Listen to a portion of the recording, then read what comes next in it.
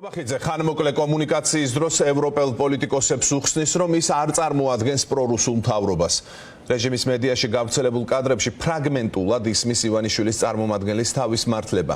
მაგალითად, ევროპარლამენტის პრეზიდენტ მეცოლას უმტკიცებს, რომ არ არსებობს პრორუსულობის დამადასტურებელი მტკიცებულებები.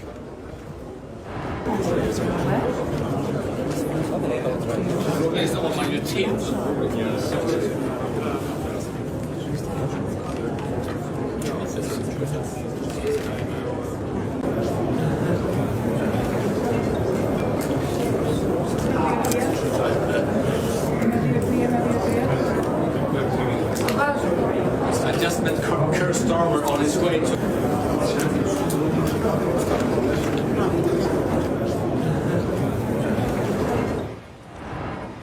ეს რაც შევძელით გავშიფრეთ, უცნობია რა უთხრა კობახიძეს მაკრონმა რამდენიმე წამიანი მისალმების დროს, თუმცა ქართული ოცნება ამ ხანმოკლე კონტაქტის წარმატებად გასაღებას ცდილობს. პროპაგანდისტული მეთოდებით ბუნებრივია და ამ პროპაგანდისტული ჟრიამულის ფონზე ჩვენ გავიხსენოთ, რომ რეჟიმმა რამდენიმე დღის წინ საფრანგეთის პრეზიდენტი რუსულ სტილში ფაქტობრივად ნარკოტიკების მომხმარებლად გამოაცხადდა. დღეს კი ხელის ჩამორთმევა ფასდება რეჟიმის დიდ წინსვლად. კობახიძე ევროპული პოლიტიკური გაერთიანების სამიტს ესწრება. ეს არის მაკრონის ინიციატივით შექმნილი გაფართოებული ფორმატი, რომელსაც პერიოდულად სხვადასხვა ქვეყანა მასპინძლობს, წელს ეს მისი ალბანეთს ერგო. სწორედ ტირანა ორგანიზატორი აქ ევროკავშირი არ იწვევს ლიდერებს, რადგან ეს არც არის მისი ფუნქცია. რაც შეეხება ივანიშვილის პრემიერს, რეჟიმთან პოლიტიკური ურთიერთობები მიტაცებული არჩევნებისა და 28 ნოემბრის განცხადების შემდეგ ევროკავშირმა მინიმუმამდე დაიყვანა და ამ ფორუმზე დასწრება ოლიგარქის არალეგიტიმური მთავრობისთვის აღიარების კუთხით არაფერს ცვლის.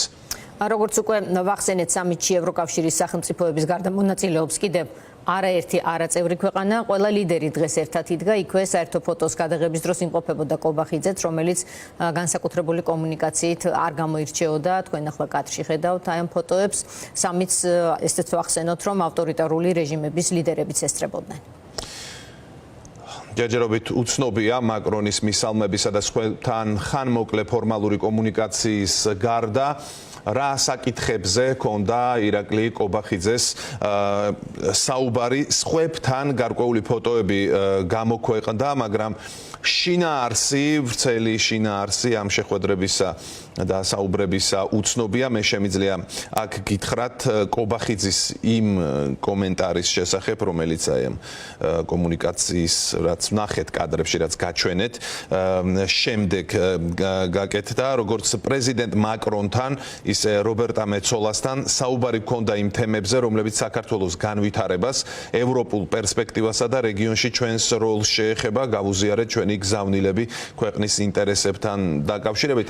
ისე არის წარმოდგენილი კობახიძის ამ განცხადებაში, რომ საუბარი დაარქვა პრეზიდენტ მაკრონთან აი ამ კომუნიკაციას.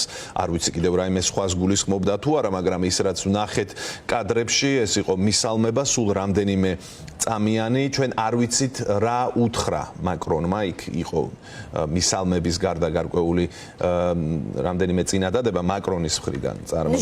ჟესტიც იყო კეთილგანწყობილი, ეს უნდა აღნიშნოთ, თუმცა რა რის გამო იყო ეს კეთილგანწყობილი ჟესტი? იმ რამდენიმე წინადადებაში, ერთ-ერთ წინადადებაში